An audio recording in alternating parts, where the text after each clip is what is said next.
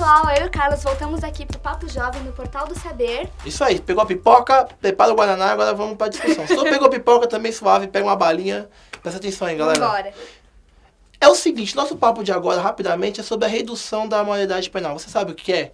O que é a redução? Um projeto de lei, uma PL chamada 171, lá de 1993, que visa reduzir a idade de responsabilização penal. O que é isso? O menino, quando ele comete um ato infracional antes dos seus 17 anos e 11 meses, quando ele vai fazer 18, ele pode responder por 6 medidas socioeducativas, que estão previstas no ECA. Essas medidas visam, além dele pagar o que ele fez, mas também um processo de reeducação, um processo socioeducativo, para que ele volte à sociedade um ser pensado, estruturado, para que ele consiga se readequar ao meio social. Hoje a proposta está em trâmite no Senado, foi aprovada depois de um grande golpe na Câmara dos Deputados, em que ela foi barrada na primeira votação, e aí o senhor presidente, então, da Câmara, refez a votação da redução no outro dia, em menos de 24 horas, e aí com o estardalhaço montado, passou e está no Senado hoje, com a PEC que está ali sendo pensada, e os caras querem aprovar. Redução diminui de 18 para 16 anos a idade de responsabilização penal em crimes hediondos, mas a gente sabe que não vão ser só os crimes hediondos. Qualquer crime, como a gente tem meninos presos porque estavam com a ponta de baseado na mão,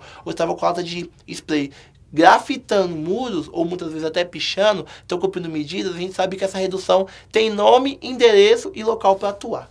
E por que não reduzir? Essa é a pergunta que vem, que ninguém pergunta para os jovens, Isso né? aí. A gente escuta todos serem questionados, desde o advogado até o político, até o jornalista. Mas não pergunta para você, jovem, que é o principal envolvido nessa questão. Churra, já foi em circo? Eu já, circo é legal. Ok, então vamos Adoro imaginar palhaço. que todos nós aqui estamos num circo. E esse circo começa a pegar fogo, porque o Churras estava fazendo malabares e ele derruba uma tocha de fogo. E aí isso começa a alastrar um incêndio gigantesco. E na nossa frente aqui tá o único balde d'água capaz de apagar o incêndio. Churras, o que você faz com o balde? Eu já tinha saído correndo, mas se estivesse na minha mão, eu ia pegar o balde e tacar o balde pra apagar o incêndio, Apaga o lógico. fogo, né? Óbvio, parece uma questão ótima. Eu adoro perguntar isso, porque às vezes eu acho que eu tô ficando louca. Porque eu tenho certeza que se eu for na Câmara dos Deputados ou no Senado e perguntar isso, vão mandar sair pra regar o jardim ou ir lavar elefante. Parece besteira, mas é exatamente o que a gente faz aprovando a redução da maioridade penal. Eu sei o que é um incêndio. Eu sei que eu estou tratando o efeito e não a causa com a redução. Eu estou tratando o adolescente que sai na rua com uma arma, aponta pra alguém, puxa a bolsa e sai correndo. Mas eu não trato esse adolescente que lá no berço familiar não tinha uma estrutura. Eu não trato o adolescente que não teve um estudo, que não teve nenhuma oferta de lazer ou de cultura, principalmente nas áreas periféricas. Isso eu esqueço. Eu acho que o problema é unicamente o adolescente que sai na rua e atira em alguém, ou que rouba, ou que às vezes nem faz isso e é pego por uma polícia assassina que não para pra pensar na história daquele adolescente. Então, quando nós paramos pra pensar no que é a redução, é o maior retrocesso na área do sistema de garantia de direitos. Isso aí. É o Brasil pegando e assinando o próprio atestado de falência do seu sistema de garantia de direitos. É acreditar que nós temos um sistema penitenciário que não é falido, sendo que nós temos um índice de reincidência, ou seja, de pessoas que cometem um crime, são presas, saem da cadeia e cometem de novo, de 75%. Ou seja, a cada 10 presos, 7,5 voltam a cometer aquele crime. Aí você tira um adolescente com capacidade, aliás, com a possibilidade de se readequar ao seu âmbito social, que não é ressocialização, porque ele já faz parte da sociedade, não é que você vai tirar e colocar ele de volta, não. Dentro das fundações CASA, que são as medidas socioeducativas que nós temos hoje, que nós aplicamos medidas que vão desde internação até a liberdade assistida, a prestação de serviço à comunidade, existem 6 medidas ao todo previstas no ECA, e aí você pega tudo isso e você joga fora, achando que ao invés de fazer uma reestruturação das fundações CASA para esses adolescentes, porque nós sabemos que a teoria da fundação é uma, e nós temos fundações modelos, mas em muitas fundações, especialmente do norte e nordeste do país, adolescentes são violentados, são estuprados. Então, antes de pegar, jogar fora o nosso sistema socioeducativo e tentar salvar um sistema que é falido, onde são 5 dentro de uma cela, vão 15, às vezes dormem em posição de valete, nós temos que pensar no que está acontecendo na teoria e na prática das nossas fundações CASA. Tem que acontecer os órgãos competentes se engajarem nisso e nós, enquanto fiscalizadores. Você não pode exigir de um sistema socioeducativo que não é fiscalizado. Você não pode exigir, por exemplo, no Mato Grosso, quando 8 jovens foram estuprados dentro de uma fundação CASA.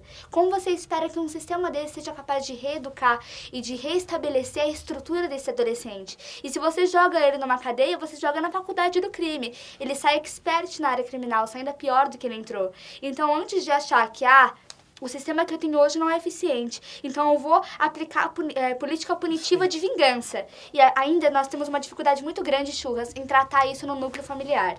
Por quê? Porque é muito difícil você tratar com familiares de vítimas. Porque hoje no Brasil a gente olha para a vítima, para a família fragilizada, aquele sentimento de vingança e de indignação. E o que a gente mais quer é se vingar daquele que fez toda a situação acontecer. E a pior medida que eu puder, melhor, certo? Isso aí.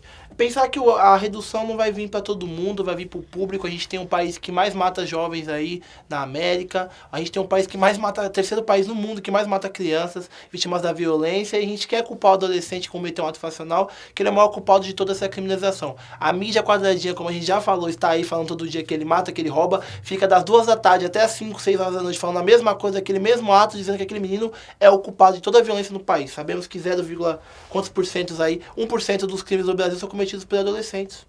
Os homicídios que estão falados, boa parte deles são dano ao patrimônio, são furtos, então são ações que com a política pública eficaz, como a Ana já disse, tá claro, a gente consegue prevenir, a gente consegue garantir o direito, mas ninguém pensa assim, o pessoal acha que construir cadeia dá dinheiro para alguém vai lucrar com cadeia, então vamos meter unidade de internação em todo mundo e vai mudar. Então a nossa luta é contra a redução por causa disso, porque quem vai pagar é você, jovem. É você mesmo que está vendo esse vídeo. Vamos falar que você é um bandido na rua. A gente vê, infelizmente, a violência da instituição policial com a juventude preta, da periferia e pobre, a gente vê a violência tão grande do Estado que não ganha os nossos direitos. Então não adianta dizer que redução vai mudar o cenário. Ao contrário, vai piorar. Então, é isso aí. Se você for pegar o histórico de um adolescente em conflito com a lei, assim, 90% não teve estrutura familiar, né? E às vezes ele enxergou, em meio a tudo aquilo, no crime, uma possibilidade de vida que ele não enxerga em outras situações porque não lhe são oferecidas. Até porque na lei fala que quando falta família, entra o Estado. Então se o Estado não entra com a sua parte, quem violou o direito e quem tem que ser responsabilizado? O Estado. Então pense, quando aquele menino pega uma arma e sai na rua dando tiro ou roubando alguém, ou qualquer outro ato, teve alguma violência anterior àquilo. Toda a violência, ela é um ciclo. Então algo aconteceu. E muitas delas, infelizmente, com esses jovens, são a ausência do próprio Estado, que é o Estado que a gente escolhe para nos representar. O Estado excluindo, o crime Isso incluindo, aí. E nós, como sociedade, já taxando esse adolescente através da mídia de bandido, de menor. A gente tem essa política do menorismo, de inferiorizar e de dizer que ele é um marginal, ele é um humilhante. Ele escolheu estar naquela posição. Ele escolheu o crime simplesmente porque ele quis. Não tem nada a ver com o Estado que não leva lazer e cultura, imagina. Foi simplesmente o jovem. É isso que a gente tem que quebrar. A gente tem que começar a trabalhar isso no núcleo, certo, Chuvas? Trabalhar isso na casa, para ele começar a ter aquela estrutura. Porque antes que o crime abra a porta, nós temos que ter políticas preventivas para mostrar para esse adolescente quantas outras possibilidades e horizontes estão ao seu alcance. Então é isso, galera. Antes de pensar redução, sai fora disso. Vai na internet, procura aqui o Portal do Saber, vocês vão ver algumas informações sobre isso. Procurem também a Frente Nacional contra a Redução da Maioridade Penal, tem site, procurem lá informações pra vocês verem que a gente tá falando não é balela e não é quem gosta disso. Então, galera, redução não é a solução e não a redução. Não vem com esse balela que a gente não vai aceitar, não. Não a redução, gente. Isso procurem aí. Os movimentos sociais contra a redução e entendam que tem muita gente contra. Não é como a mídia mostra, que 80% do Brasil é a favor. Isso aí. E tá vendo a Câmara aqui, Senado? O Senado Federal está com a PEC lá pra ser julgada na Comissão de Constituição e Justiça e eles não estão divulgando, mas nós estamos de olho, senadores. Nós votamos em vocês. Tomem cuidado, porque vocês vão pagar pelos aqueles atos que vocês estiverem errados, tá bom? É vocês que vão pagar. Porque a inoperância da sociedade parte de vocês. Então não a redução. Vamos barrar esse negócio aí, firmeza? Os jovens exijam as responsabilidades dos seus representantes. Não deixem eles irem embora, não deixem cumprir esses 4 anos sem fazerem nada por nossa juventude. É isso aí, galera. Não a redução e tamo junto no Portal do Saber. Tchau. Papo Jovem é nóis.